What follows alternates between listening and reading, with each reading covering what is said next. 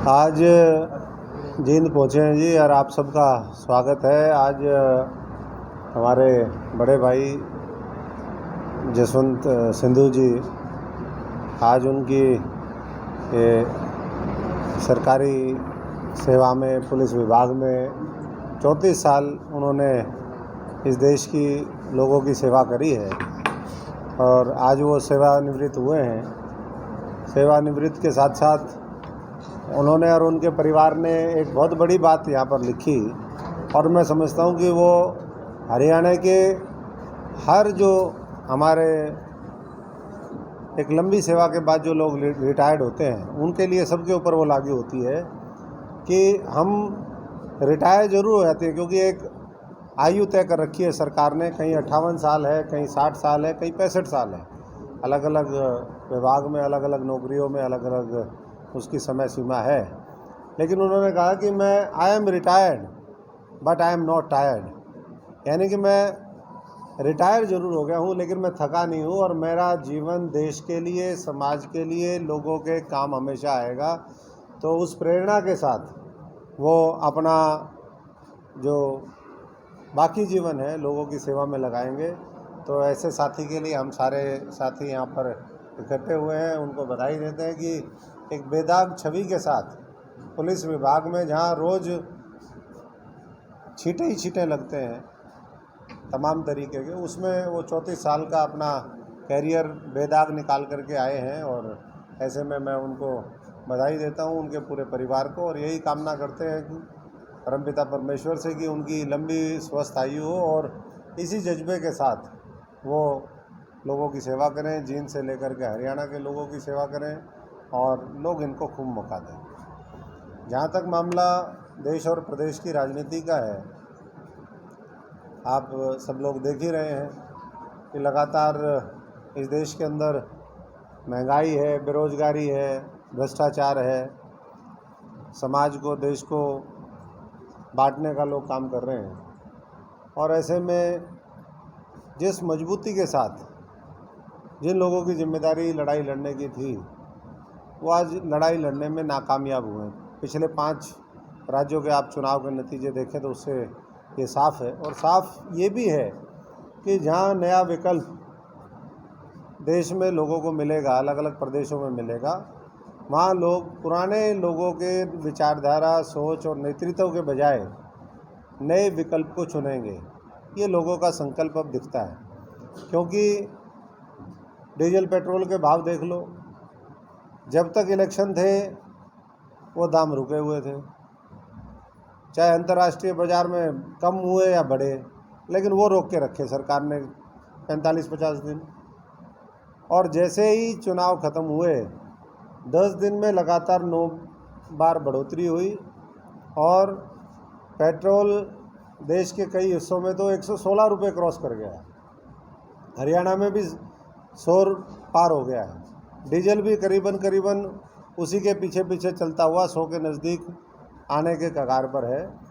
और ये सरकार अपने पूंजीपति, पूंजीपति तो बहुत छोटे शब्द हो गए, अब महापूंजीपति जो मित्र हैं अडानी और अंबानी, उनकी मदद करने में लगी हुई है। 10 साल पेट्रोल पंप रिलायंस के बंद रहे, आपने सबने देखा।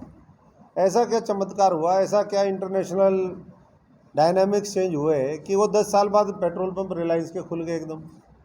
भाव बढ़ते जा रहे हैं, सरकार भी कमा रही है और उनके दोस्त भी कमा रहे हैं। देखो कैसा मॉडल है।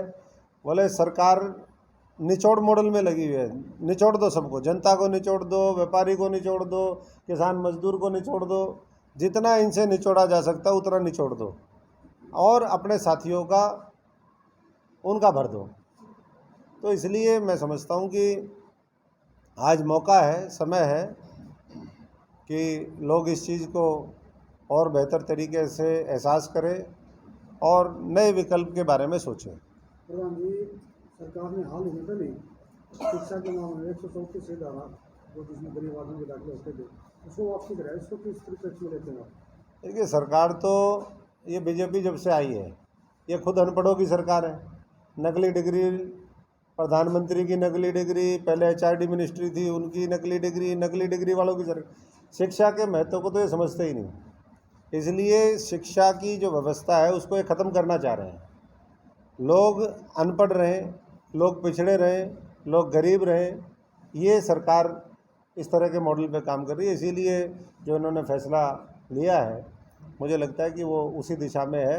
और जो वजीफ़े देते थे आज वो वजीफ़े नहीं मिल रहे हैं। बच्चों के जो पोस्ट मैट्रिक स्कॉलरशिप होती थी, जो हायर एजुकेशन की स्कॉलरशिप होती थी, फंड्स लैप्स हो रहे हैं और गरीब बच्चों को पढ़ने के अवसर जो है वो नहीं मिल रहे।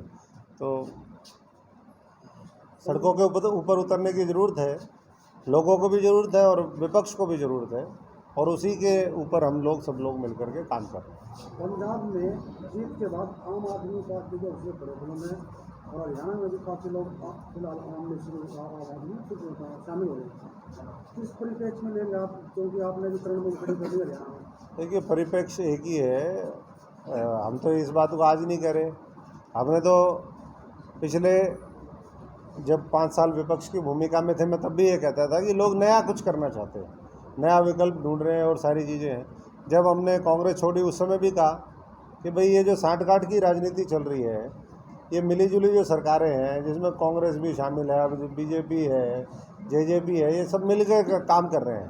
एक दूसरे को बचाते हैं, पहले खूब लूटते हैं, फिर एक दूसरे को बचाने में लगे रहते हैं। तो इसलिए लोगों को अब ये मॉडल समझ में आने लग गया है। और जब इस तरह का मॉडल समझ में आता है तो लोग ये देखते हैं कि भाई कौन आदमी हमारे को बचा सकता है, कौन मजबूत नेतृत्व दे सकता है। पंजाब में उनको आम आदमी लगी, यहाँ हो सकता है कि उससे भी आम हो। अशोक तंवर तो उनसे भी आम है, तो बिल्कुल किसान मजदूर फौजी परिवार के हमारे और साथी। हमने तो हमेशा आम जनता की, साधारण परिवार के लोगों की लड़ाई लड़ी है, जो गैर राजनीतिक पारिवारिक पृष्ठभूमि के हैं, ग्रामीण पृष्ठभूमि के हैं, पढ़े लिखे हैं, ईमानदार हैं, लेकिन संघर्ष का जज्बा जिनके अंदर। तो ऐसे साथियों की हम फौज तैयार करेंगे और वो फौज आने वाले समय में इस हरियाणा में विकल्प देगी और बहुत मजबूत विकल्प देगी। इस पर क्या टिप्पणी चाहेंगे? आम आदमी पार्टी ने राज्यसभा में 5 आदमी लगे, 5 में कहते 5 लगे।